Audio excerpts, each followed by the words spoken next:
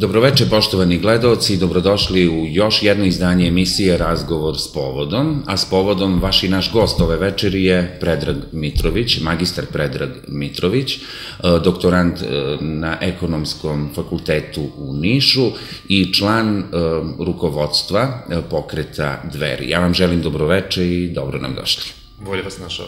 Naravno, tokom emisije otvorit ćemo čitav set ekonomskih i političkih pitanja. Da krenemo od ekonomskih ili političkih? Samo izvolite. Pa evo, najaktuelnije ovih dana, pošto ste magistar ekonomije, sigurno da ste kompetentni da date odgovor na pitanje, zaduživanja građana u švajcarskim francima, aktuelnih kredita, porast kursa švajcarskog franka i stav Narodne banke, odnosno guvernerke Narodne banke po tom pitanju. Problem koji je zadesio Srbiju kao i okruženje je vrlo kompleksan. Posledica je zaduženja privrede, stanovništva i država u švajcarskim francima, a najizraženiji problem koji danas osjećamo vezan je za zaduživanje stanovnika za potrebe stambenih kredita u švajcarskim francima. Imajući u vidu činjenicu da su krediti koji su odobravani od strane poslovnih banaka u periodu od 2006. 7. 8. do negde 2011. godine bili indeksirani u švajcarskom franku, pojavio se veliki problem rastom kursa švajcarskog franka, tačnije donošenjem odluke Centralne banke Švajcarske da paritet vrednosti kursa franka u odnosu na švajcarski franak promeni sa fiksnih 1,2:1 i da ga liberalizuje.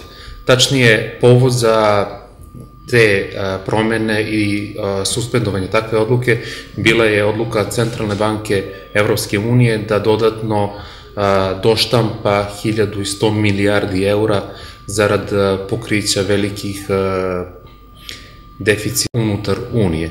I logično je bilo da se promeni i kurs švajcarskog franka. To se odrazilo na tržište bankarsko pre svega i izazvalo velike traume kod stanovništva u svim zemljama u kojima su krediti plasirani u švajcarskim francima. Srbija je zemlja u kojoj je odobreno blizu 22.000 takvih kreditnih zajmova i praktično su klijenti, odnosno ljudi koji su uzimali te kredite u sada jednom poprilično ozbiljnom problemu.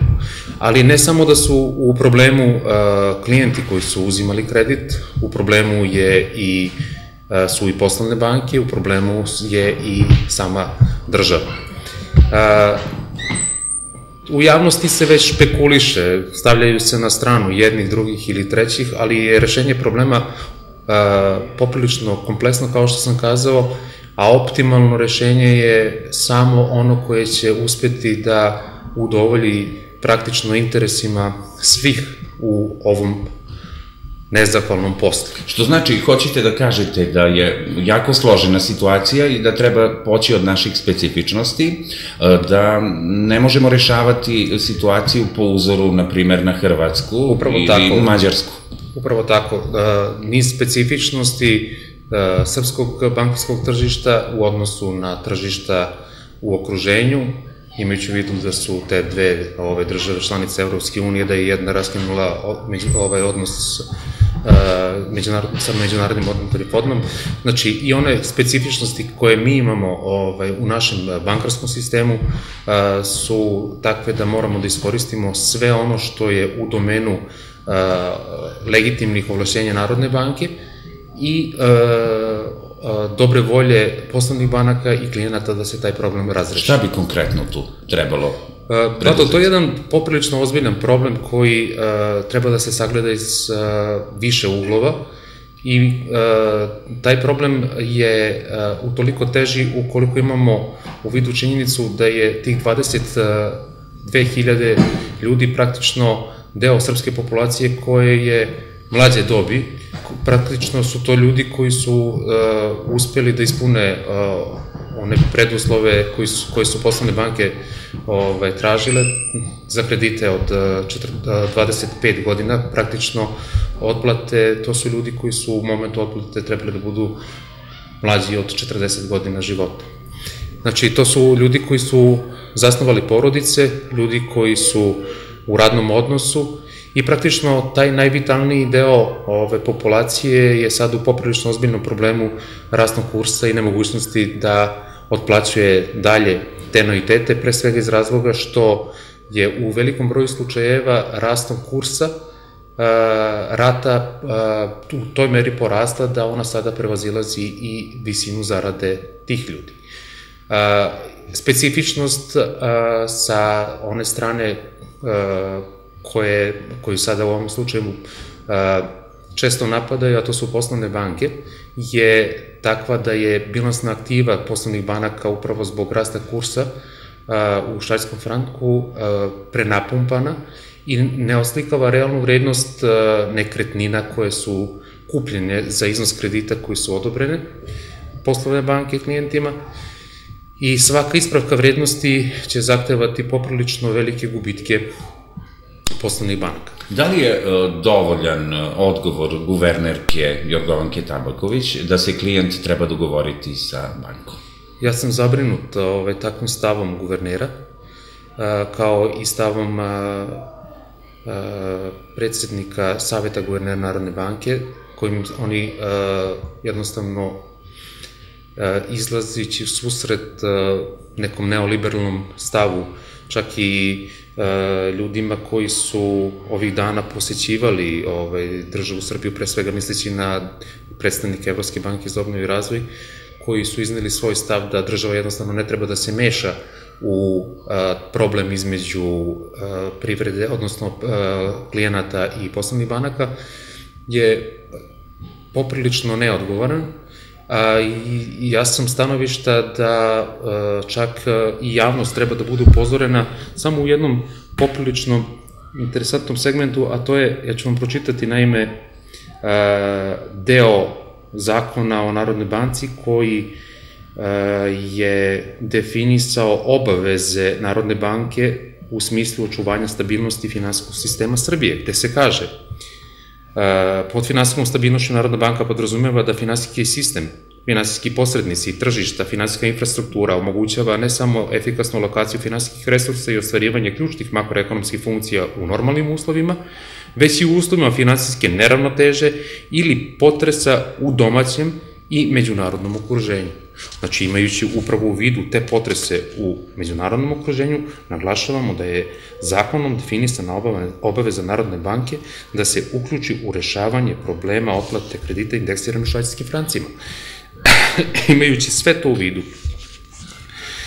i sve ono što se nameće kao problem koji ima prelivajući efekat, znači učešće mesečnih obaveza po kreditu klijenata u njihovom mesečnoj, odnosno zaradi klijenata mesečnoj, pa onda odnose procenjene vrednosti nepokretnosti koja je sada u odnosu na moment uzimanja kredita niža nego što je bila zbog amortizacije ili zbog poremećaja na tržištu nekretnina, ona se praktično u bilansima banaka vodi kao uvećana, jer je kurs švajcarskog franka porastao, te je u bilansima banaka koji se vode u dinarima ta vrednost mnogo veća. Što znači, sve ovo treba posmatrati u širem ekonomskom konceptu. Tako je, u širem konceptu i tu su uključeni ne samo po ovim kreditima koji su odobravani ne samo klijenti i poslovne banke, već tu poprilično sada u problem ulaze i Nacionalna korporacija za osiguranje stambenih kredita, u problem ulaze i osiguravajuća društva koje su bila u obavezi i dalje su u obavezi da osiguravaju nepokretnosti namenjene stanovanju kao preduslov za otplatu kredita. Koje bi tu rešenje konkretno bilo? Da s jedne strane se ne dovede u nepovoljan položaj ni klijent, ni banka, ni... To je optimalno rešenje, kako sam ga nazvao, to je aktivna uloga Centralne banke u praktično pronalaženju modela na koji način će rasteretiti obaveze klijenata za otplatu kredita sa jedne strane, a sa druge strane kako će i na koji način pomoći poslovnim bankama za pokrivanje gubitka nastalog otpisom potraživanja u bilansnoj aktivi. A sa druge strane, to ukazuje praktično na neminovnost angažmana centralne banke. Hrvatska je zamrzla švajcarski franak. Nije dobra varijanta. Mađarska je pribegla drugom modelu. Sve te varijante nisu dobre po meni i po onome što smo proučavali ovih dana i pružuje mogućnost raznim institucijama za pokretanje sudskih sporova i tu će u tim odnosima biti mnogo problema jer će interesi svih strana ukoliko se ispostave kao neostvarivi, praktično kulminirati na sudu. Vi kao ekonomista, dakle, zagovarate koncept da Narodna banka treba da izda smernice u okviru kojih je moguć dogovor klijenata i banke. Klijenti i banke će pronaći način rešavanja problema po meni ukoliko bude u interesu jedne i druge strane. Poslovne banke imaju interes da što pre odrade taj posao, jer praktično novac koji je na računima banaka kao potencijalni kreditni potencijal logičnije da se usredsredi i usmeri na kreditiranje privrede i stanovništva, nego da se izdvaja za povećanje obaveznih rezervi ili rezervi za pokriće potencijalnog gubitka kod centralne banke. Da bi nastavili ovu priču, mislim da tu treba sad poprilično stručna javnost da bude uključena, to će verovatno jedan deo populacije koja gleda ovu emisiju i uspeti da razumije, da shvati, ali je suština rasterećenje klijenata, pomoć poslovnim bankama u pokriću gubitka, a to može da se ostvari na niz načina koje su u domenu mera instrumenta koje treba da sprovede centralna banka. I tu se završava svaka priča. Dalja razreda tog modela postoji, mi ćemo je prezentovati, ali će nam sigurno za takav jedan poduhvat trebati poprilično vremena i da deo emisije koji je ostao do kraja iskoristimo za niz drugih stvari, s tim da ostane jasno da model postoji i da iza tog modela stojimo, a to je model, naglašavam, optimalni model koji će u ovom momentu praktično izaći u susret i klijentima koji su uzeli kredit u švajcarskim francima, poslovnim bankama i koji će praktično očuvati finansijsku stabilnost zemlje i praktično spasiti državu dodatnih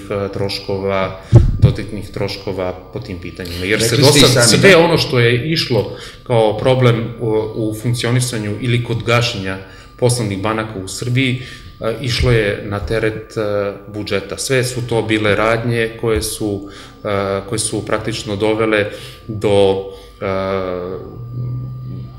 problema koji se javio u funkcionisanju velikih banaka, pre svega domaćih. Pre svega su političke prirode, davanje kredita političkim drugarima, koje oni nikada nisu vratili, a teret se svaljivao preko Agencije za osiguranje depozita na budžet Republike Srbije. Dakle, da zaključimo, ovde je potrebno čuvati finansijsku stabilnost u svakom slučaju, međutim, finansijska stabilnost nije na zavidnom nivou, obzirom na činjenicu da javni dug naše zemlje je sve veći i veći. To ne treba ići da se posmatra u direktnom kontekstu, to može da bude samo nastavak priče pod uslovom da centralna banka ne izađe u susret i da se praktično desi ovaj scenario o kome smo malo razgovarali kao najgora moguća varijanta. Ta najgora moguća varijanta je da banke počnu da uzimaju, da aktiviraju obezbeđenja po kreditima, odnosno hipoteke, da uzimaju stanove koje će praktično izazvati poplavu nekretnina na tržištu nekretnina, uticati na smanjenje vrednosti nekretnina.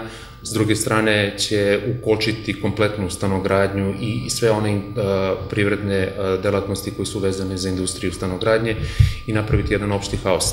To će ličiti nešto slično na 2008. godinu i tržište Sjedinjenih Američkih Država. Odakle i počela ekonomska kriza. Svetska, s tim što je ta svetska ekonomska kriza prilivena praktično na ceo svet ali prilivajuće efekte ekonomske krize koje bi usledile na ovaj način iz Srbije, morala bi da se prevali samo na privredu i na građane Srbije i mislim da bi pored ukupnog dosadašnjeg zaduženja države i svega onoga što imamo kao poprilično ozbiljne probleme u finansijskoj sferi dodatno uticalo na jednu veliku enigmu izlaska iz problema države koja se sada potencijalno može naći. Kao član ekonomskog saveta pokreta Dveri često upozoravate na javni dug zemlje i na to da smo prezaduženi. Tako je, javni dug je po najnovijim podacima prešao 70% društvenog bruto proizvoda Republike Srbije. Da li možemo reći onda da je stanje alarmantno? Stanje je već dugo godina alarmantno, činjenicom da je zakonska norma visine javnog duga u strukturi društvenog bruto proizvoda bila 30%, pa je povećana na 40%. Evo, kažem, ovih dana je objavljen podatak da je 70,1%. Da li nam preti onda grčki scenario? Ne znam kakav je scenario, mogu sve ovde, ali ovo stanje je i više nego alarmantno i ukazuje na činjenicu da je za samo 2 godine od poslednjih izbora Vučićeva vlada dodatno zadužila Republiku Srbiju sa 7 milijardi eura. Neko je ovih dana bio... Da li imate podatak koliki je ukupan javni dug naše zemlje ovog trenutka? 24 milijarde 704 miliona 862.428 eura je bio na dan 1. februara. Tačnije, neko se onog dana igrao pa je kazao da je javni dug Republike Srbije se svakog dana povećava dnevno za 7.965.000 eura, 330.000 eura na sat ili 92 eura svake sekunde. Ako uporedimo to sa zemljama u okruženju, da li smo lider u tom pogledu? Pa ne može da se upoređuje, tu zavisi, tu utiče mnogo faktora na tu analizu i praktično to ukazuje samo na promenu modela koji je nametnut, na neophodnost promene modela koji je nama nametnut 2000. godine, koji je praktično ne samo Srbiju, nego sve zemlje u okruženju doveo do identičnih problema.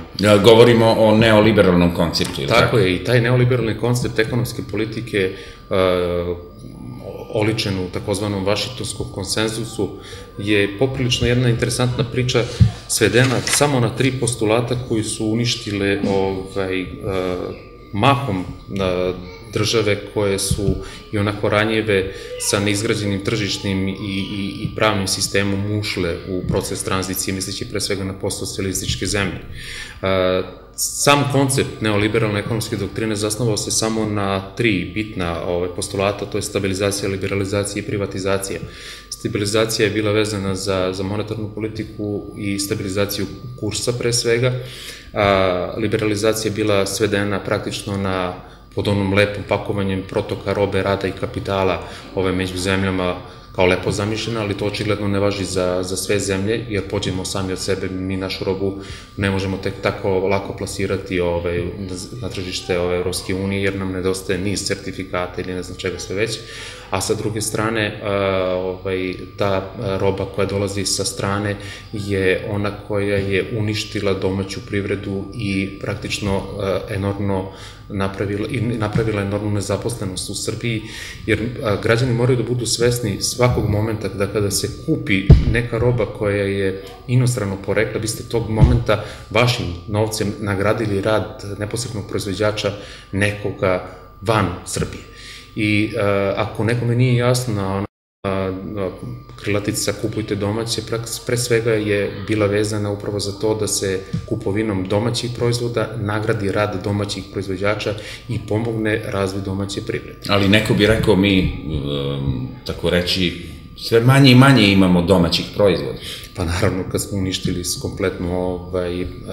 kompletnu pre svega prerađivačku industriju.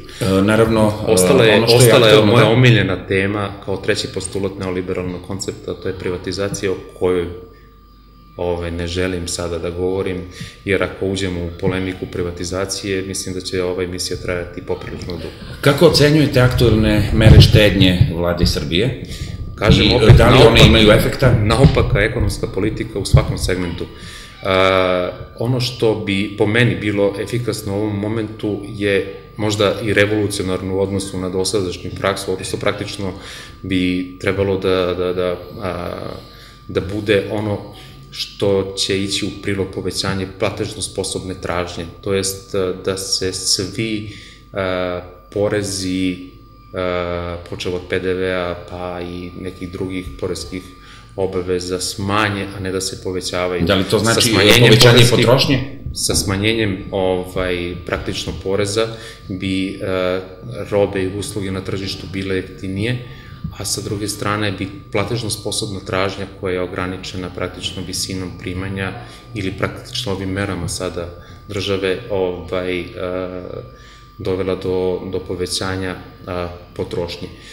Tu je sada ona druga strana medalje, sa smanjenjem poreskih prihoda bi praktično došlo u problem sa finansiranjem državnih organa i institucija, što zahteva praktično i strukturne promene i smanjenja prekobrojnog tog državnog aparata koji je... Da li je to neki novi New Deal? Da li je to nešto novo ili je već viđeno, ako uzmemo u obzir krizu od 1929. do 1933. Kada se u stvari kriza suzbijala povećanjem potrošnje? To su sve priče koje su ekonomistima mogle da posluže kao osnova za vođenje aktuelne ekonomske politike. Naglašavam da se ne treba vezivati ni za kakav model, već pre svega u ovom momentu najvažnije je najbolje moguće snimiti kompletnu situaciju u svim segmentima države, odnosno ekonomske politike države. Sve ono što je relevantno, počev od stanja stanovništva nacije, zdravstvenog stanja nacije, broja stanovnika koji se rađa, koji umire, onda na osnovu indikatora vezanih za razvoj, stanje, ali iskreno sagledavanje, a ne projektovano statistički onako kako odgovara političarima u kampanjama ili praktično kada treba da se pojave negdje u javnost, nego na osnovu zvaničnih statističkih podataka i valjanom analizom snimiti kompletnu sliku privrede i na osnovu toga institucionalizovati mehanizme koji će praktično imati efekta na rešavanje ovih ogromnih problema u svakom segmentu. Svetska kriza uticala je na Srbiju, koja je već bila u krizi i pre svetske krize. Samim tim uticala i na sve segmente društvenog života. Međutim, upozoravali ste i upozoravate i dalje da najviše uticaja ima na srpsku porodicu. Ja sam u nekim svojim radovima iznosio činjenicu da je ta neoliberalna globalizacija, koja je praktično oličenje tog finansijskog kapitala bez granica, uticala na narušavanje odnosa u srpskoj porodici preko institucija koje su oličene u gubitku posla, odnosno kroz privatizaciju, loše sprovedenu privatizaciju ili pak kroz ove segmente koje su opet temelji neoliberalnog koncepta, gde se autoritet pre svega oca u porodici gubi iz prostog razloga što on više nije u mogućnosti da obavlja svoje elementarne funkcije, da obavlja funkciju zaštitnika porodice, onoga koji obezbeđuje egzistenciju ostalim članovima porodice, da bude zaštitnik praktično porodice u svakom pogledu. To gubljenje funkcije zaštitnika i onoga ko obezbeđuje finansijska sredstva gubitkom posla i nemogućnosti da taj isti posao pronađe, dovodi do unutrašnjih sukoba u samoj porodici. Oni se manifestuju prvo na samog oca koji, pokušavajući da pobegne iz problema u kome se nalazi, to krivo ogledalo pokušava da razbije. Odlazi u alkoholizam, narkomaniju ili čak ulazi u onaj poprilično izraženi problem današnje života porodice u Srbiji, a to je porodično nasilje. on, kažem, umesto da zaštiti sada svoje članove porodice, on ih vidi kao potencijalni izvor neprijateljstva u samoj porodici, jer nemaju dovoljno razumevanja za njegovu nesposobnost da se on snađe u tom momentu. Taj problem je poprilično izražen i on se manifestuje u više smerova, to je praktično na relaciji otac prema majci, odnosno prema supruzi, i otac prema deci, ali sa druge strane i dece prema ocu. To je taj, opet, segment neoliberalnog, ta liberalizacija odnosa u porodici, odnosno praktično postaje se pitanje gde su granice slobode od pojedinih članova porodice u smislu neprelaženja preko granice interesa drugih članova porodice. To je onaj model koji se nama nameće već poprilično dugo i koji je ušao u sve sfere života, kažem, od ekonomije do porodice. Da li mislite da je neoliberalni koncept i globalizacija dovela polako ili sigurno do uništenja tradicionalne porodice? To su poprilično izražene socioekonomske da li gubimo obeležje nacionalna samim tim? Ne samo nacionalno, tradicionalna porodica sa svim vrednostima zasnovanim na moralnim vrednostima, pre svega na određenim definisanim stanovištima i određenim funkcijama članova porodice, praktično kroz ovaj koncept neoliberalnog modela i sa nametanjem određenih prava žena koje jednostavno ne da pomažu ženama u smislu rešavanja njenih problema, već poprilično otežavaju život. Pre svega sagledavajući tu temu možemo da pričamo o ženi koja radi od 9 do 5, pa je u obavezi da se do 6 sati pojavi kući, da nastavi sa aktivnostima vezanim za sutrašnji ručak, da se posveti deci i da na kraju bude možda i dobra supruga. Ona će posle izvesnog vremenskog perioda jednostavno nešto od toga morati da ostavi. Ona neće biti, tačnije, niti dobra majka kasnije, niti će u tom periodu koji sledi biti dobra supruga, niti će na kraju krajeva biti dobar radnik na poslu.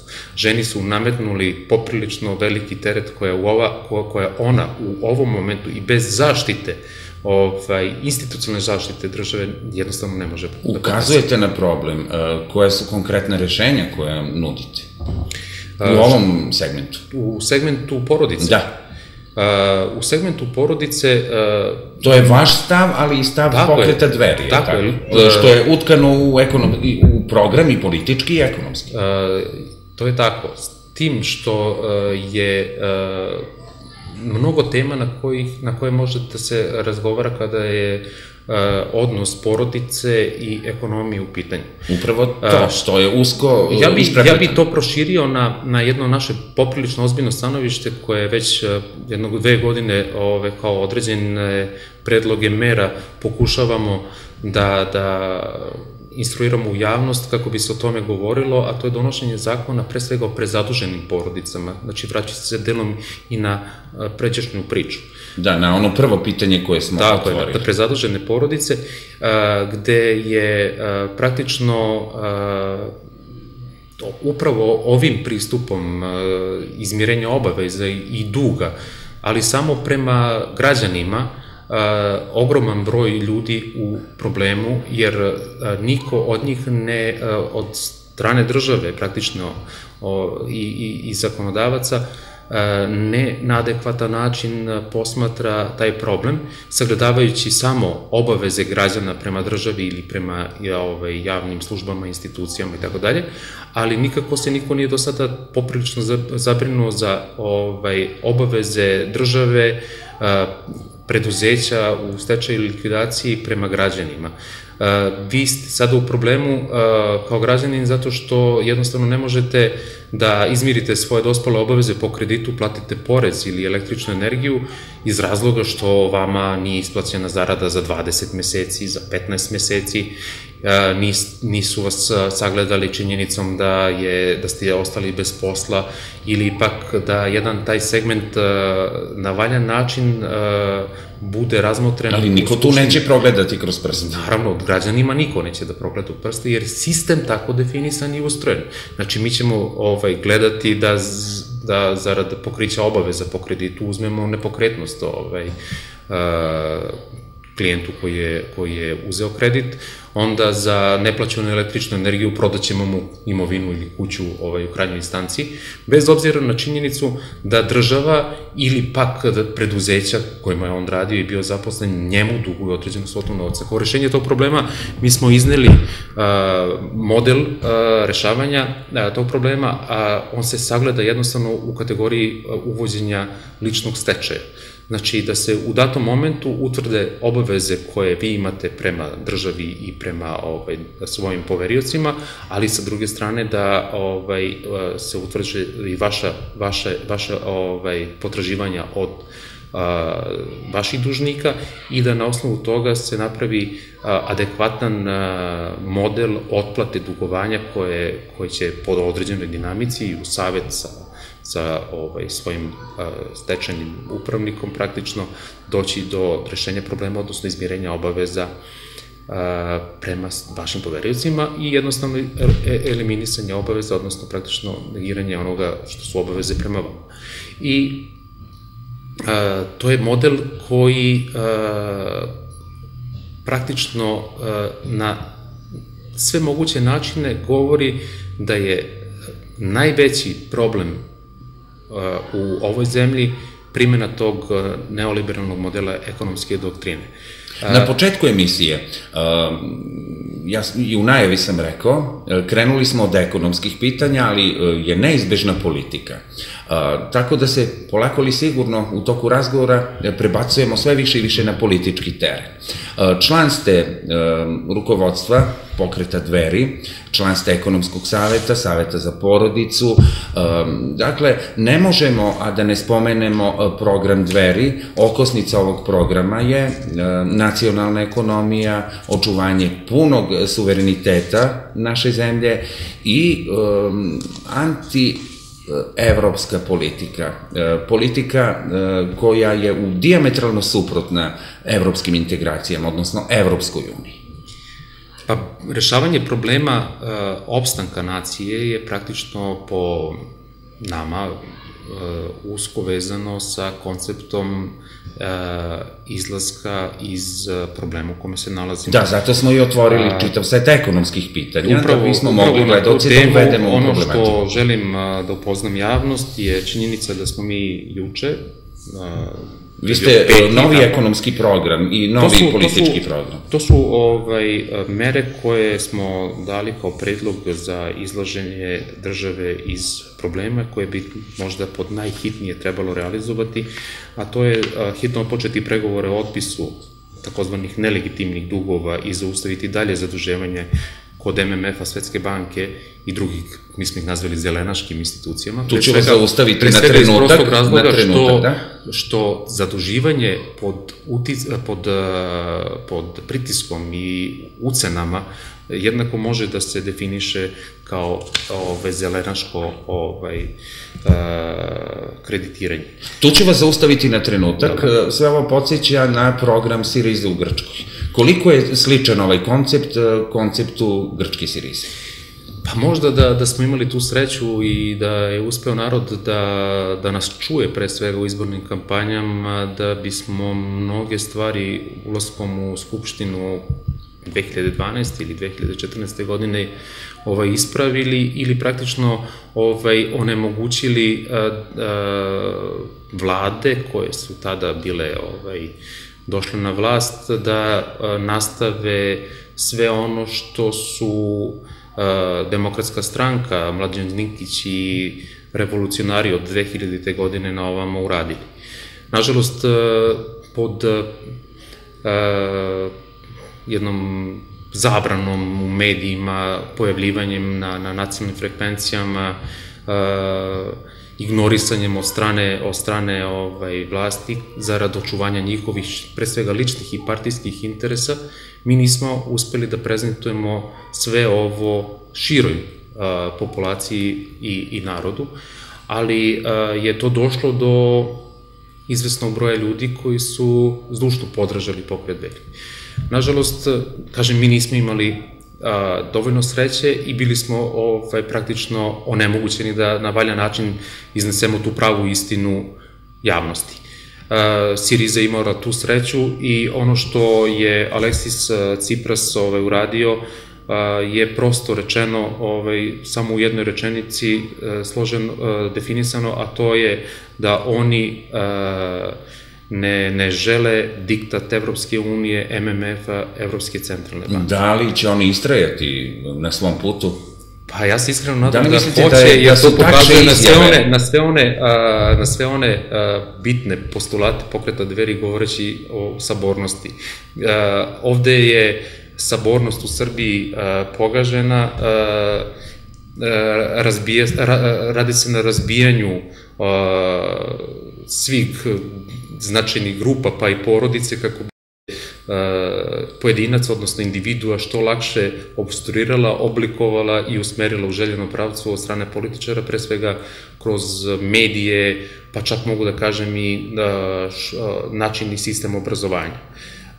Ovde je na neki svojevrstan način mišljenje pojedinca koji drugačije razmišlja jednostavno zločin. Koje su ostale mere?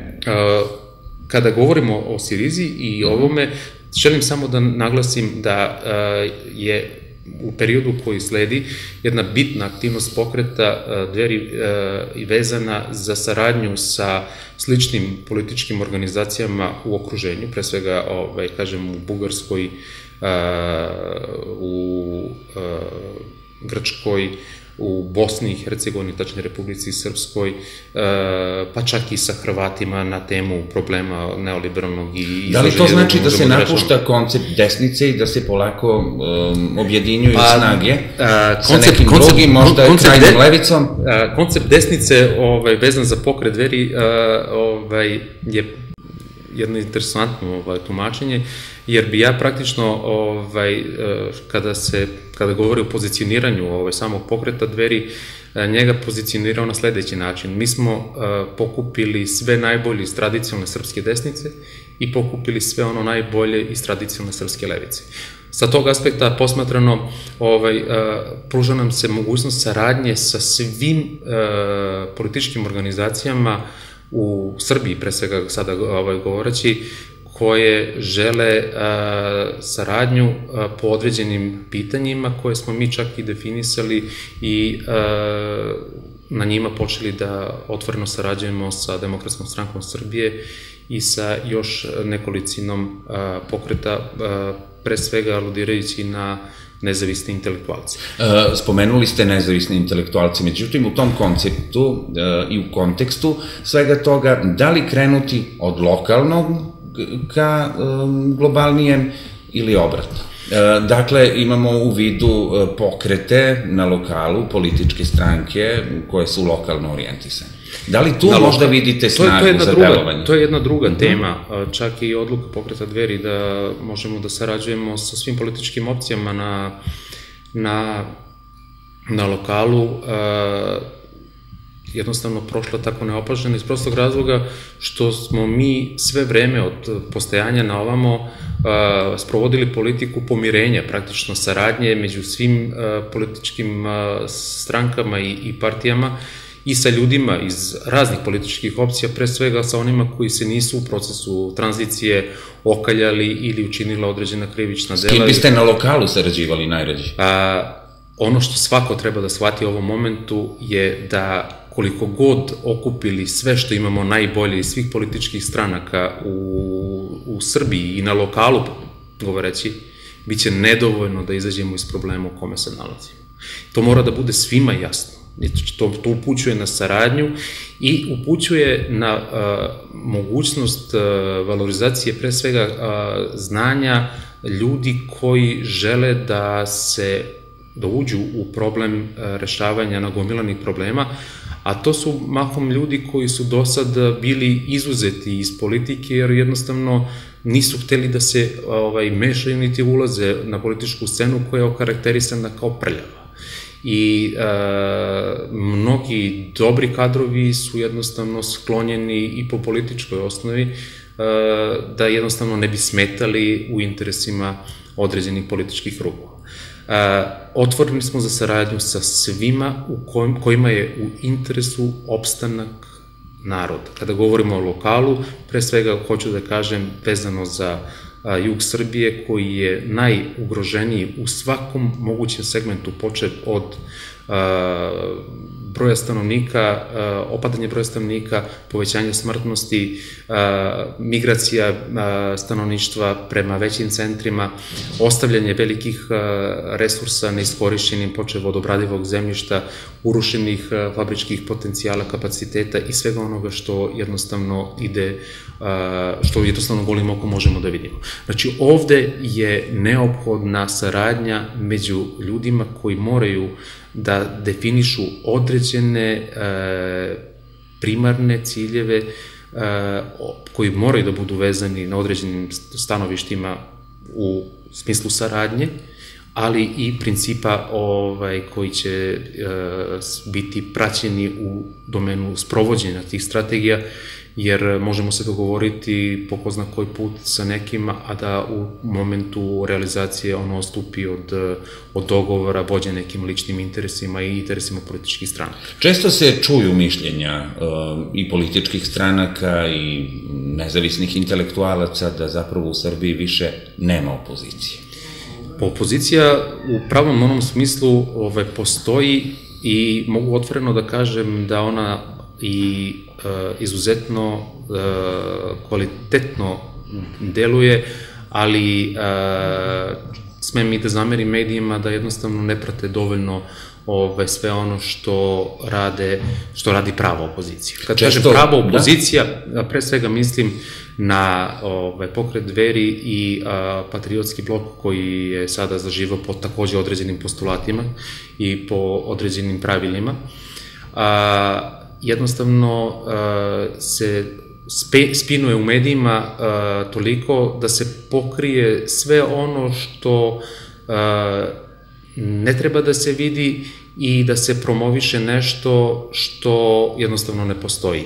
Svesni činjenice da to, posmatrajući određene emisije, deluje poprilično smešno, jer ni najbolji režiseri ne mogu onako spektakularna gostovanja pojedinih visokih zvaničnika ove zemlje da režiraju. Naravno, čuju se često mišljenja koja dolaze iz pokreta Dveri da i mediji doživljavaju sudbinu ekonomskog sistema, da neoliberalni koncept uništava medije, samo citiram, da li... Ako je upravo neoliberalni koncept taj koji će definisati, a on definiše suštinu i te medijske sfere i svodi je na tržište, praktično ko ima novca da plati publikovanje svog stava viđenja života ili da je na vlasti, on će to uspeti da uradi preko medija. Mediji će zato dobiti određena novčana sredstva i bit će plaćeni, ali od istine u onome što se iznosi neće biti ništa. Istina će ostati na periferiji i naravno to je jedan od modela koji se već decenijama koristi, pogotovo sada poslednjih godina gde je gotovo na političkoj sceni nema ozbiljnijih promena. Promenili se samo glumci, inače politika je jednostavno ostala ista. Ništa se nije suštinski promenilo promenom vlasti na poslednjim izborima, već je politiku tada demokratske stranke jednostavno SNS i nastavio. I što protokom vremena bude nastavljao da radi po istom modelu, to će biti sve pogubnije po Srbiji. Šta sa investicijama? Da li ih ima? U kojoj meri? Kada govorimo o investicijama, tu takođe treba na različite načine posmatrati taj problem, jer mi domaću akumulaciju gotovo da nemamo. Akumulaciju koju stvaraju poslovne banke, oni odnose u matice zemlje, to je pre svega nekih 1.400.000.000 euro bilo prošle godine, na primjer. Akumulacija domaće privrede je vrlo niska i postavlja se krucijalno bitno pitanje koje opet dovodi do onoga što smo mi definisali kao jedan od modela rešavanja problema, a to je strogo kontrolisana primarna emisija. Iz strogo kontrolisane primarne emisije gde će novčana sredstva biti usmeravana u aktivnosti i privredu, pre svega za podsticanje domaće privredne industrije i industrije koja će biti izvozno orijentisana, možemo da očekujemo i privredni rast i zapošljavanje. Znači, to sve ukazuje sada na model da država treba da jednako preuzme aktivnosti onoga koje treba da vodi Dakle, zalažete se za državnu plansku ekonomiju? Ne, u tom smislu i toliko daleko. Već država mora u određenim segmentima da praktično kada vidite da tržište ne funkcioniše, odnosno da funkcioniše prema modelu koji je definisano, o čemu smo malo čas govorili, jednostavno uloži napora i da pokrene sve te aktivnosti. I država je jedina ta koja može da pokrene sve to, uz naravno valjanu kontrolu svega onoga što radi i takozvanu evaluaciju, odnosno vrednovanje efekata onoga što se radi. Mi sa ovako definisanom privredom i sa pomoći pre svega stranim preduzećima nismo postigli pravi i željeni efekat iz mnogo razloga, jer je često puta dolazilo do obstruiranja od strane stranih investitora. Ja sam često puta ukazivao na modele isisavanja kapitala iz Srbije i na modele kako i na koji način su oni koji su dobili određena podsticajna sredstva, umesto da ih na valjani način iskoriste i da iskažu dobitak u poslovanju, kako bi mi od tog dobitka kasnije plaćanjem poreza na dobit usmerili sredstva koje su pre svega regionalno orijentisana i orijentisana za privredni razvoj, podstakli nove investicije, odnosno omogućili nove investicije. Desilo se to da su ta sredstva isisana iz Srbije, prebačena na račune akcionara, a da su preduzeća koja su ostala ovde da rade iskazivala gubitak u poslovanju, i to je jedan ogroman problem. Nadam se da će odgovorna vlast završiti koncepcijski posmatrano ceo taj model time što će kroz planiranje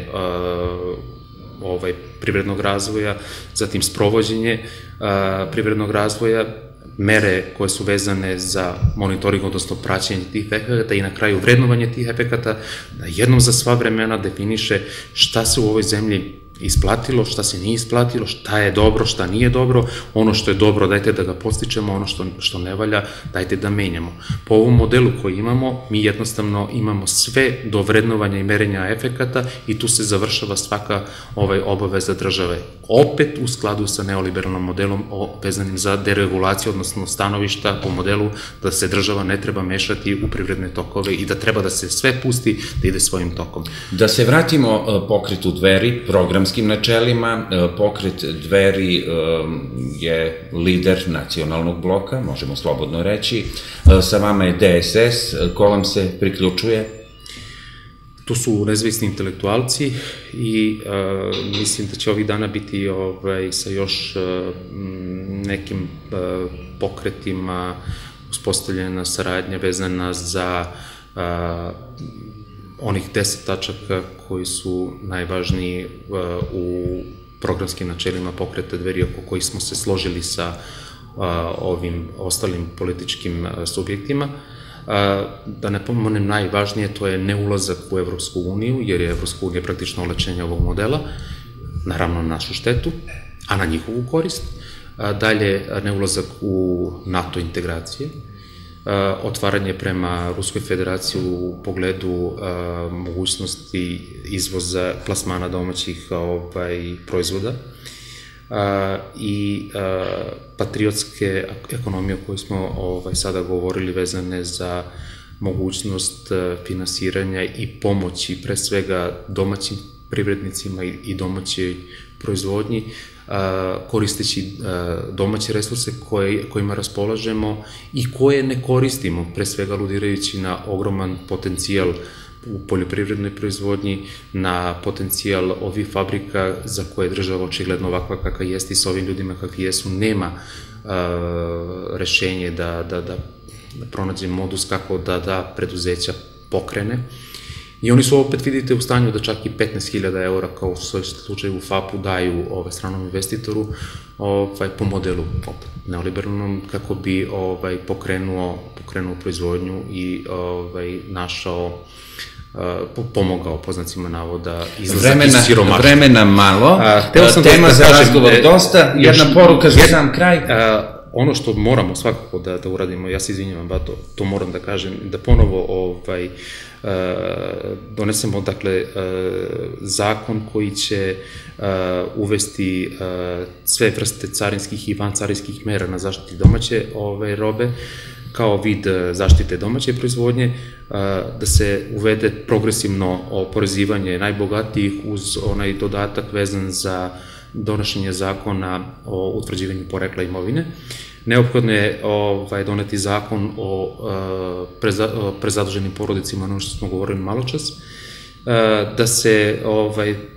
da se pristupi proceduri za ulazak u Evroazijsku ekonomsku uniju, koja je sada jedina prava unija koja može da parira osrnuloj i posrnuloj Evropskoj uniji, da se ono što je najvažnije za nas u ovom momentu zaustavi dalja prodaja privrednih i prirodnih kapaciteta, pre svega misleći na ona koja su od strateškog državnog značaja, a to su Elektroprivreda Srbije, Telekom, i da se svi oblici dosadašnje prodaje javne svojine i prirodnih bogatstava Srbije, počev od izvora pijeće vode, rečnih tokova, lekovitih banja, poljoprivrednog zemljišta, stave van mogućnosti prodaje. To su, znači, stvari na koje prvo i najvažnije moramo da utičemo i u svesti ljudi, da im jednostavno kažemo da za brdo tih bezvrednih papira koje su oni nazvali eurom i koje ga štampaju gotovo svakog dana, evo vidite sad 1,1 milijarda nove primarne emisije, mi prodajemo državno zemljište, resurse i sve ono što je resursi i osnova opstanka ovog naroda. Ja vam se zahvaljujem na ovom razgovoru. Tokom emisije smo pokušali, a nadam se i uspeli, da otvorimo čitav set i ekonomskih i političkih pitanja.